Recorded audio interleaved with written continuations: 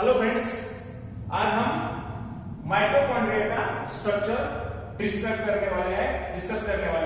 देखिए, अब माइटोकॉन्ड्रिया जो है उसे पावर हाउस ऑफ सेल भी कहा जाता है। क्यों पावर हाउस ऑफ सेल कहा जाता है? क्योंकि यह हमारे बॉडी को क्या देता है, सेल को क्या देता है, एनर्जी देता है। और हमारे बॉडी में एनर्जी कौन से फॉर्म में रहती है? एटीपी। जो एटीपी का फॉर्मेशन करता है वो कौन है? माइटोकॉन्ड्रिया। उस वजह से क्या कहा गया है? पावर हाउस ऑफ सेल कहा जाता है। और इसे और एक नाम दिया गया है, सेमी एटोनॉमस ऑर्गन भी कहा जाता है। क्या कहा जाता है? सेमी एटोनॉमस ऑर्गन भी कहा जाता है। सेमी एटोनॉमस ऑर्गन क्यों कहा जाता है? क्योंकि इस माइटोकॉन्ड्रिया में एबिलिटी है, वो क्या करता है? तो वो सेल्फ रेप्लिकेशन कर सकता है। अब यह सेल्फ रेप्लिकेशन कैसे करता है? इस माइटोकॉन्ड्रिया में खुद का क्या है? राइबोसोम है। ओके, इस माइटोकॉन्ड्रिया में क्या है? खुद का डीएनए है, सर्कुलर डीएनए प्रेजेंट है और 70s टाइप ऑफ राइबोसोम इसमें प्रेजेंट रहता है। उस वजह से वो क्या कर सकता है? वो सेमी एटोनॉमस ऑर्गन कहा जाता है। ओके, ऐसा करते हैं माइटोकॉन्ड्रिया का। अब देखिए, ये माइटोकॉन्ड्रिया को डिस्कवर किया था।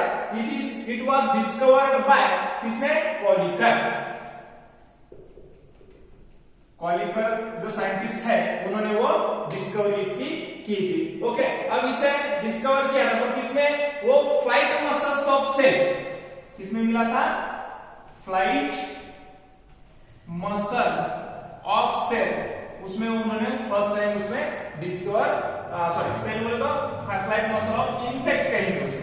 इंसेक्ट के फ्लाइट मसल में उन्होंने ये डिस्कवर किया था। अब देखिए, इसमें कुछ और भी टर्म दिए गए हैं। जैसे हम उसे कहेंगे फीला। क्या कहा है उसे? फीला। फीला टर्म वाज गिवन फ्लेमिंग। किसने दी है? फ्लेमिंग ने फीला टर्म दिए हुए है। ओके, और इसे क्या कहा है? बायोप्लास्ट भी कहा गया है। बायोप्लास्ट भी कहा जाता है। अब ये बायोप्लास्ट किसने दिया था? तो बायोप्लास्ट जो टर्म है वो अल्टमैन उन्होंने ये बायोप्लास्ट टर्म दी गई है। ओके, अब ये हो गया बायोप्लास्ट का हो गया टर्म। ओके, फीला का हो गया टर्म। ओके, डिस्कवरी हो गई, डिस्कवरी। ओके, डिस्कवरी किसकी? कॉलिकर ने की थी। अब ये माइटोकॉन्ड्रिया टर्म रहेगा। जो माइटोकॉन्ड्रिया टर्म है वो किसने दिया था? वो टर्म दिया था Benda. Mitochondria term was given by किसने दिया था? बेंडा। इस साइंटिस्ट ने ये माइटोकॉन्ड्रिया का टर्म दिया था। ओके, ये कुछ हम उसके डिस्कवरी के बारे में हम पढ़ गए हैं। अब देखिए, इसके नंबर कितने रहते हैं। ओके, अब माइटोकॉन्ड्रिया जो है वो अगर हम नंबर के बारे में पढ़े तो कुछ सेल में वो 1 नंबर पर सेल में रह सकते, 1 माइटोकॉन्ड्रिया पर सेल में रहता है। अब ये 1 माइटोकॉन्ड्रिया इन सेल किस में रहता है? तो जो क्लोरेला है, जो क्लैमेडोमोनास सेल है उसमें, किसमें? क्लोरेला क्लैमेडोमोनास जो ऑर्गेनिज्म से जो सेल है उनमें क्या रहता है? एक नंबर में रहता है। खाली उस सेल में एक ही माइटोकॉन्ड्रिया रहता है। अब देखिए, कुछ सेल में 5000 माइटोकॉन्ड्रिया रहते हैं। कितने? 5000 पर सेल अगर माइटोकॉन्ड्रिया है तो वो किसमें रहते हैं? वो जॉइंट अमीबा। जॉइंट अमीबा है, उनमें कितने रहते हैं? 5000 इन नंबर में रह सकते हैं। उसे कैव्स भी कहा जाता है। ओके, और कुछ सेल में वो लाख से भी ज्यादा रह सकते हैं। उसमें हम देखेंगे 5 लाख पर सेल अगर माइटोकॉन्ड्रिया है तो वो किसमें रहेंगे? Flight muscles of insect. किसमें है? Flight muscle of insect. अगर हम देखें तो उस सेल में फ्लाइट मसल्स में कितने रहते हैं? 5 लाख इन नंबर में रहते हैं। अब देखिए, ये हो गया कुछ नंबर में हमने पढ़ लिया है। अब इसका बेसिक स्ट्रक्चर कैसा रहता है? Structure of mitochondria. ओके, अब उसका शेप अगर हम देखें तो ज्यादा करके उसका कॉमनली शेप कैसा रहता है? डिस्क और ओवल शेप रहता है। ओके, शेप ज्यादा करके कैसा रहता है, कॉमनली हम उसको ओवल शेप में लेंगे। ओके, डिस्क और ओवल शेप में रहता है। अब देखिए mitochondria, it is a double bond organelles. Okay, कितने मेम्ब्रेन है, double membrane, sorry double membrane कर सकते हैं हम उसे, ये हो गई उसकी आउटर मेम्ब्रेन, यह है आउटर मेम्ब्रेन। अब आउटर मेम्ब्रेन जो है वो कैसी रहती है, उसमें प्रोटीन की जो मात्रा है वो कम रहती है, तो उसे हम क्या कहेंगे, outer membrane have less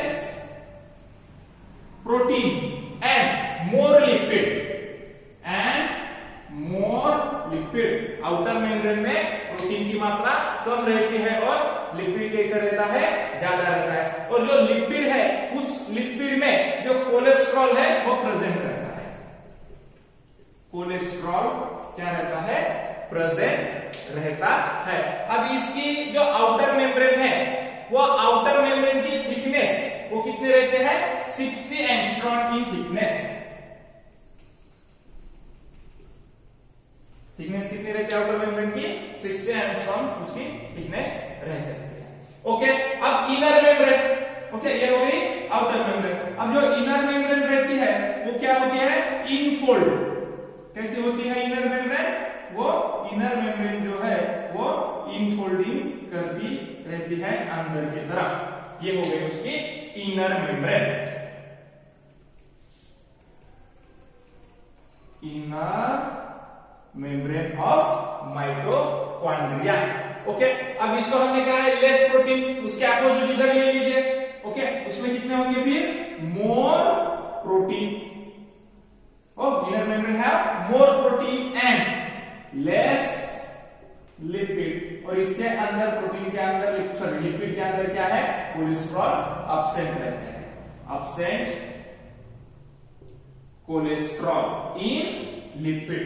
okay, lipid में कोलेस्ट्रॉल नहीं रहते। अब देखिए ये जो फोल्डिंग अंदर की तरफ गई है उसे हम क्रिस्टा कहते हैं।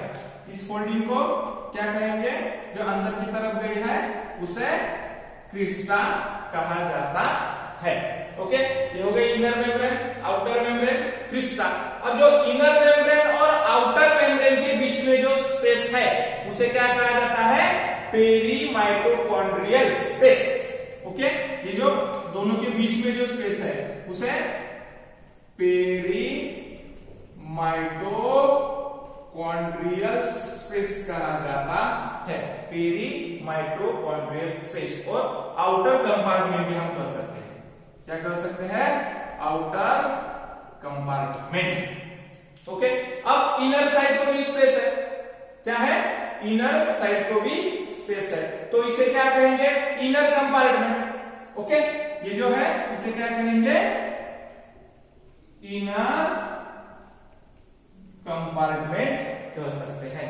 अब देखिए ये हो गया inner compartment, outer compartment, inner compartment. अब जो इनर कंपार्टमेंट है उसमें क्या रहता है, तो इसमें प्रेजेंट है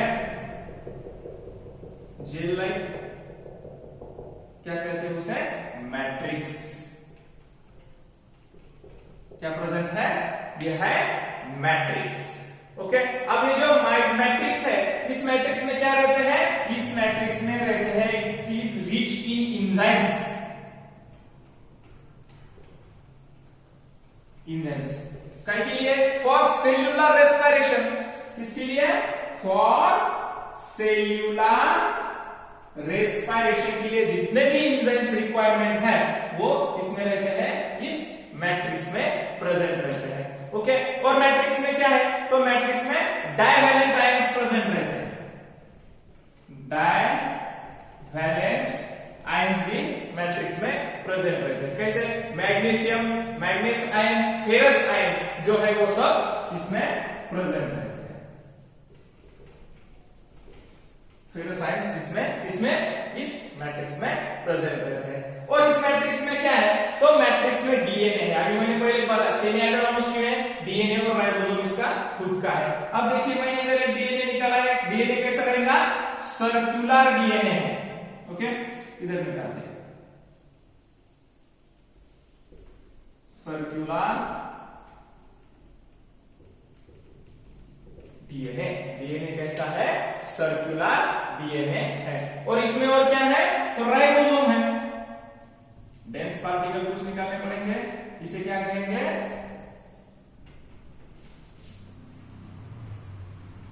राइबोसोम। अब राइबोसोम कौन से है इसमें? तो राइबोसोम है 70S टाइप्स ऑफ राइबोसोम इसमें प्रेजेंट रहते हैं। अब देखिए इंपॉर्टेंट बात क्या है, ये जो माइटोकॉन्ड्रिया है कौन से सेल में है? तो ये माइटोकॉन्ड्रिया यूकैरियोटिक सेल में प्रेजेंट रहता है। जो यूकैरियोटिक सेल है उसमें जो साइटोप्लाज्म है उसमें 80S type of ribosomes present है। समझिए बात को, ये सेल है, ओके, और इस सेल का ये यूकैरियोटिक सेल में कौन से है? 80S type of ribosomes present है। अगर इस सेल का एक ऑर्गेनेल है, ये है माइटोकॉन्ड्रिया, तो माइटोकॉन्ड्रिया में 70S type of ribosomes present रहते हैं। लाइक कैसे? प्रोकैरियोटिक सेल में 70S type of ribosomes present है। ये मेन पार्ट आपको ध्यान में रखना है, कभी आप कंफ्यूज हो जाता है अगर कोई क्वेश्चन आया तो ध्यान में रखिए। इसमें कौन से है? माइटोकॉन्ड्रिया में 70S type of ribosome present है। सर्कुलर खुद का डीएनए प्रेजेंट है, सेमी ऑटोनॉमस न्यूक्लियस खुद रेप्लिकेशन कर सकता है। ओके, और चलिए सर्कुलर डीएनए की तरफ। अब ये जो सर्कुलर डीएनए है तो इसमें हायर डीजेनरेशन टेम्परेचर है। कैसा है? Higher degeneration temperature. अब यह हायर डीजनरेशन टेम्परेचर क्या है? तो समझिए, हायर डीजनरेशन इसमें ज्यादा करके क्या है? C एंड G ज्यादा करके प्रेजेंट रहते हैं। क्या है ये न्यूक्लियोटाइड के बेस है। नाइट्रोजन बेस हम उसे कहते हैं। साइटोसिन एंड गाइनिन ज्यादा है। अब देखिए एडेनिन और थाइमिन अगर एक दो बेस पेयर कर रहे हैं तो डबल हाइड्रोजन बॉन्ड से वो बेस पेयर कर सकते हैं। ओके, उसका बेस पेयर डबल हाइड्रोजन है। अगर साइटोसिन एंड गाइनिन है तो ट्रिपल हाइड्रोजन बॉन्ड। ओके, तो ट्रिपल हाइड्रोजन बॉन्ड से बेस पेयर कर रहे हैं तो इसको डीजनरेट करने के लिए क्या रहेगा? Higher degeneration. तो उस बस से हमने उसे क्या कहा है? हायर डीजनरेशन टेम्परेचर उसे कहा जाता है, क्योंकि उसमें साइटोसिन और गाइनिन के जो बेस पेयर है वो ज्यादा करके उसके डीएनए में प्रेजेंट रहते हैं। ओके, अब उसमें और क्या है? तो ये जो पार्ट है हमने इसे क्या कहा है? सेमी ऑटोनॉमस ऑर्गन्स कहा है। अब इसमें जो इनर फोल्डिंग है वो क्रिस्टा है, इसमें और एक नॉब लाइक स्ट्रक्चर है तो उसे क्या कहा जाता है? ऑक्सीजोम्स। वो किस पे प्रेजेंट है? वो present on Crysta inner side, inner membrane में, खाली क्रिस्टा में वो प्रेजेंट रहते हैं। तो इसे हम क्या कहेंगे? इसे कहा जाता है ऑक्सीजोम। इसे कहा जाता है F1 F0 पार्टिकल्स। ओके, इसे कहा जाता है एलिमेंट्री पार्टिकल्स। एलिमेंट्री पार्टिकल्स भी इसे कहा जाता है। ओके, अभी हो गया राइबोसोम का भी हो गया। ये पूरी तरह से जो स्ट्रक्चर है हमारा, ये स्ट्रक्चर ऑफ माइटोकॉन्ड्रिया इधर हो जाता है। तो कुछ बेसिक मोस्ट इंपोर्टेंट कुछ क्वेश्चन इसमें से आ सकते हैं। हमने राइबोसोम बताया, इसके अंदर कौन सा 70S type of ribosomes is present in mitochondria. अगर ribosomes in mammalian mitochondria, mammalian cell of mitochondria अगर पूछा जाए, समझे बात को, राइबोसोम्स इन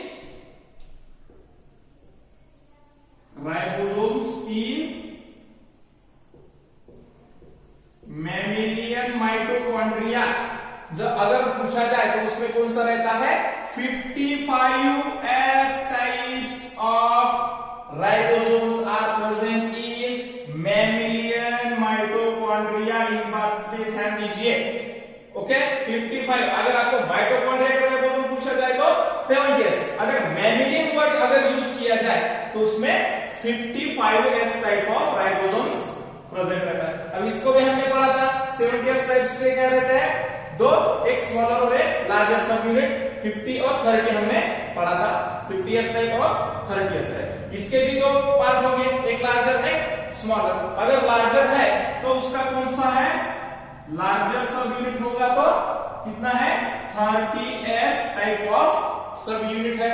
अगर स्मॉलर है तो 20s टाइप ऑफ सब यूनिट इसका स्मॉलर पार्ट रहता है। वो हो गया, ये मैट्रिक्स का हो गया। मैट्रिक्स में और हम कौन कौन से ऑर्गेनल्स डाल सकते हैं? इसमें क्या है? डीएनए प्रेजेंट है मैट्रिक्स में। इसमें क्या है? राइबोसोम्स प्रेजेंट है मैट्रिक्स में, है कि? और क्या है? जो मैट्रिक्स का कलर है वो कैसा रहता है? Colour of matrix is pale yellow, pale yellow due to the presence of, उस वजह से राइबोफ्लेविन नाम का प्रोटीन उसमें प्रेजेंट है, due to presence of riboflavin. Riboflavin नाम का जो प्रोटीन है उसमें प्रेजेंट रहता है। ओके, इस तरह से ये हमने पूरी तरह से जो है स्ट्रक्चर ऑफ माइटोकॉन्ड्रिया यहां अच्छी तरह से पढ़ लिया है। ध्यान से पढ़िए, एक बार रिमाइंड करके देता हूं। माइटोकॉन्ड्रिया जो है वो कैसा है? सेमी ऑटोनॉमस ऑर्गन है। इसमें outer membrane, inner membrane, okay, two membrane है, टू मेम्ब्रेन बना ऑर्गेनल्स है। आउटर मेम्ब्रेन कैसे रहती है? Less protein and more lipid. Lipid में कोलेस्ट्रॉल प्रेजेंट रहता है, उसका हमने थिकनेस बताया है। और दूसरे है इनर मेम्ब्रेन। इनर मेम्ब्रेन जो है वो मोर प्रोटीन उसमें प्रेजेंट है, ओके, इसमें लेस है तो इसमें मोर रहेंगे, इसमें लेस लिपिड है, इसमें मोर लिपिड है, और इसमें कोलेस्ट्रॉल जो लिपिड में है वो एब्सेंट रहता है। जो इनर एंड आउटर मेम्ब्रेन के बीच में जो स्पेस है उसे पेरी माइटोकॉन्ड्रियल स्पेस और आउटर कंपार्टमेंट भी कहा जाता है, और जो इनर है उसे इनर कंपार्टमेंट भी कहा जाता है। ओके, इसके अंदर मैट्रिक्स है। मैट्रिक्स में क्या है? एंजाइम्स है जो सेलुलर रेस्पिरेशन में मदद करते हैं। उसमें डायरेक्ट आयंस है, डीएनए है, राइबोसोम से। मैट्रिक्स का कलर कैसा है? पेल येलो कलर रहता है। मैट्रिक्स में राइबोसोम्स प्रेजेंट है, 70s type of ribosomes present है। जो डीएनए वो हायर रीजनरेशन टेम्परेचर रहता है, उसमें साइटोसिन एंड काइनेसिन की जो बेस पेयर है वो ज्यादा रहते हैं। ओके, क्रिस्टा, ये फोल्डिंग जो अंदर की तरफ है उसे हम क्रिस्टा कहते हैं। इस तरह से, और एक important, ribosomes in mammalian mitochondria. Mammalian अगर वर्ड आया तो 55s type of ribosomes are present in mammalian mitochondria.